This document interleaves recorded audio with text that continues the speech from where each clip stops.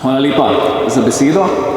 Spoštovani visoki zbor, spoštovani gostje, dragi prijatelji, drage prijateljice, vsi zbrani.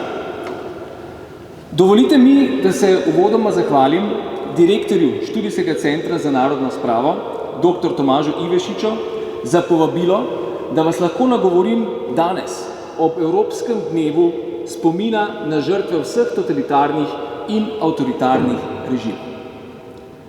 Veliko čast in priznanje mi je deliti nekaj svojih misli z vami. In če mi dovolite, bom začel z besedo, ki bo počrtovala ves moj današnji nagovor, in to je beseda samoumevno.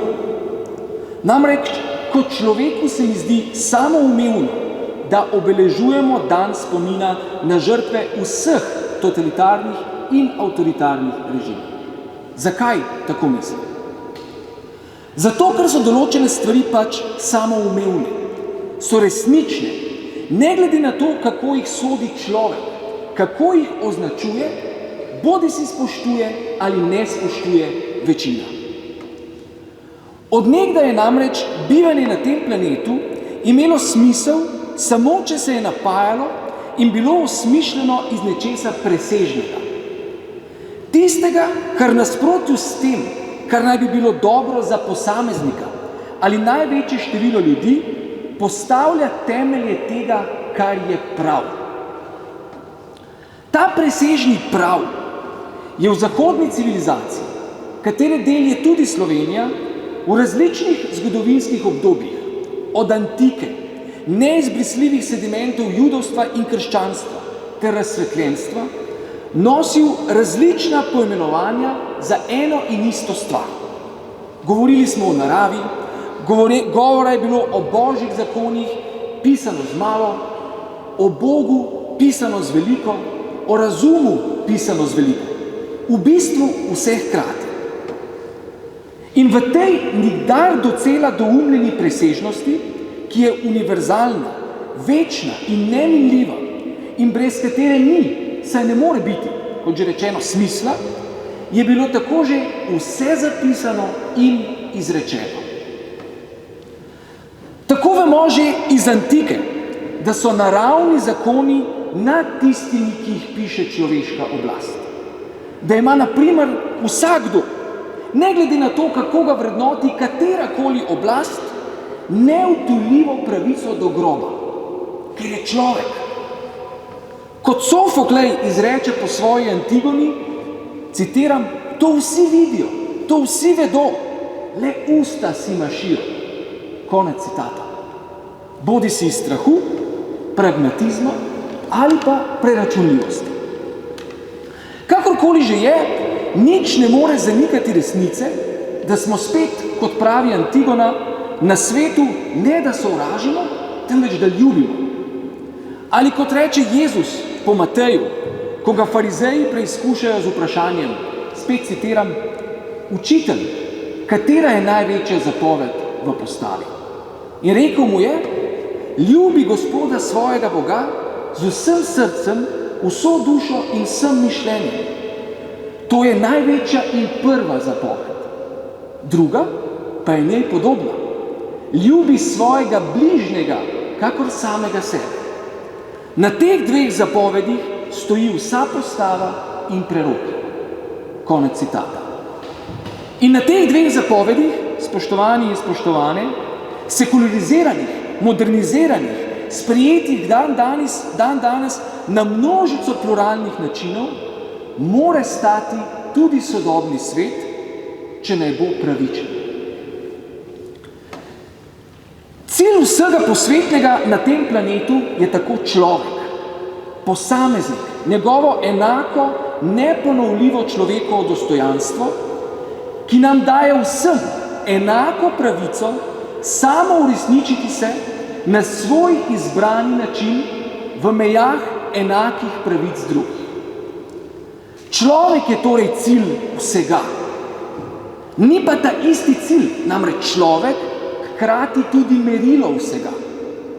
Če in ko se je v zgodovini zgodilo, da je človek iz krvi in mesa postal tudi merilo vsega, se je človeštvo, ko mu je tehnologija to dopustila, hitro znašlo v totalitarizmu. Kaj je totalitarizem? Totalitarizem je mogoče razložiti na različne načine. Meni najbližja razlaga je tista, ki pove, da je srž totalitarizma v tem, da človeka kot neponovljivega posameznika, kot individu iz cilja vsega stvarstva spremeni v inštrument za doseganje oblastvenih interesov. Podčrtanih s tem, kar Hannah Arendt označuje, kar terjajo bodisi neustaljive silnice narave ali zgodovine. In iz teh, kot omenja Hannah Arendt, darwinistične narave ter marksistične zgodovine sta se napajala fašistično-nacistični ter komunistični režim. Za oba je značilno, da zanju človek ni bil cilj sam na sebi, temveč samo sredstvo za doseganje nekih drugih, posvečenih političnih ciljev, s pomočjo katerih so hoteli osvobajati človeka onkraj nespremenljivih večnih zakonov narave, Boga ali razuma, zato da bi vzpostavili, kot ponovno opozarja Arendtova, pravičnost na zemlji s pozitivno pravnim uokvirjanjem parcialnih političnih hotel. Ta oblastveni voluntarizem se je izkazal ne samo za neizvedljivega, temveč predvsem za pogubnega, naravnost zločinskega. Če kdo, to dobro vemo prav Slovenci. Majhen narod, stoletja brez svoje države, ki je bil v prvi polovici 20. stoletja skoraj edinstveno v Evropi zapisan uničenju pod udarno pestjo vseh treh velikih evropskih totalitarizmov. Fašizma, nacizma in komunizma. Na današnji dan, na Evropski dan spomina na žrtve vseh totalitarnih in avtoritarnih režimov, ki ga sicer obeležujejo še v številnih drugih demokratičnih državah po svetu, se spominjamo trpljenja in žrtev vseh posameznikov, njihovih družin in svojcev, ki so jim totalitarizmi in avtoritarni režimi povzročili nesluteno trpljenje. Spominjamo pa se zato, da se ne bi nikdar več ponovilo. Pri tem ne gre za nikakršno revizijo ali reinterpretacijo zgodovine. Gre preprosto za civilizacijski minimum. Točno tisti civilizacijski minimum, ki se le nekaj 100 kilometrov od nas ponovno tepta na ukrajinskih ravnicah, pod težo Putinovega nedemokratičnega režima. Prav ruska protipravna agresija na Ukrajino je najboljša potrditev, da seme totalitarizma, ki je najbolj sklilo, ko sta si nacizem in komunizem 23. avgusta 1939. leta podala roke, da to seme še zdaleč ni bilo izgubljeno. Še posebej hitro lahko to seme uskali v okoliščinah, kot so današnje, ki jih prežemajo globoka polarizacija, populizem, demagogija, krize vseh vrst in namerno politično ter medijsko izrabljanje nevralgičnih družbenih točk, ki sicer po naravi stvari delijo naše politične skupnosti, ki so polne razlik.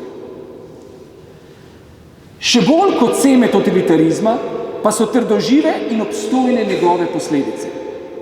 Teh, še posebej, če totalitarizem traja desetletja, če ga predstavljamo kot sredstvo osvoboditve in emancipacije, kot nekaj dobrega vsaj v teoriji, če je bila že izvedba v praksi slaba, te posledice pogosto ostanejo na nezavedni ravni.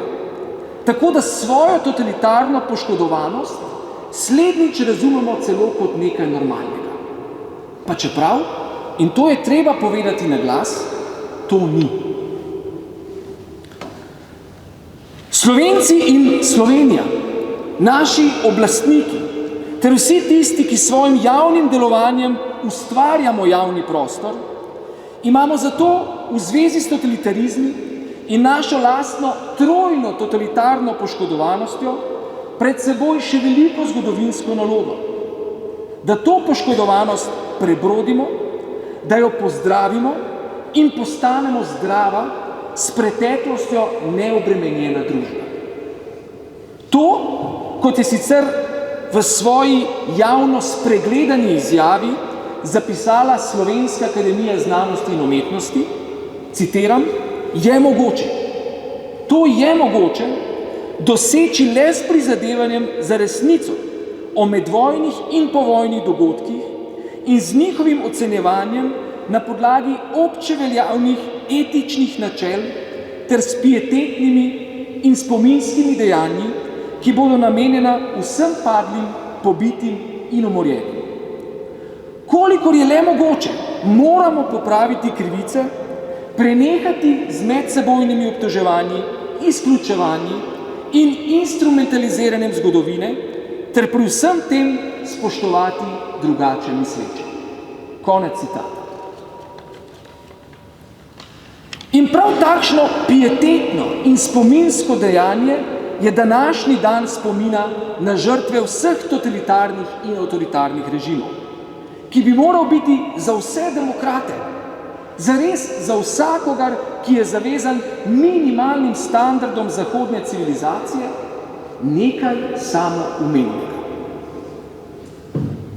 Kot priložnost in dolžnost, da kot posamezniki in skupnost izkažemo sočutje in spoštovanje vsem žrtvam vseh totalitarnih režimov in da gremo hkrati vase, da prej sprašamo svojo vest, ter zatremo padle angele banalnega zla v nas samih. Zato, kot že rečeno, da se kaj takega, čemur so bili podvrženi ljudje ob začetku 20. stoletja, spet drugi pa naprej trpijo še danes, vendarle ne bi nikoli več ponovili. Naj povsem za konec sklenem še z eno samoumevno resnico, ki smo jo lahko tudi danes izpod peresa Otona Župančiča prebrali na spomeniku vsem žrtvam vojn v srcu Ljubljane. Tako tam piše, citiram: Domovina je ena, nam vsem dodeljena in eno življenje in ena smrt. Konec citata. Iz večnih in trajnih zakonov se napaja ta resnica o domovini, ki je vir življenja, in o smrti, ki so jo trosili totalitarizmi ter njihove vojne. Pa vendar, po smrti vedno pride novo življenje. Za vse tiste, ki verujejo v večnosti. Za vse nas pa novo življenje novih generacij, ki smo jih mi svojo ljubeznijo spravili na ta svet. Na dan, kot je današnji, se zato še posebej spomnimo in potrudimo, da tem mlajšim novim generacijam zapustimo boljši, bolj pravičen svet od tistega, ki smo ga podedovali. Strinjali se boste, da je to res najmanj, kar lahko storimo. Hvala lepa za vašo pozornost.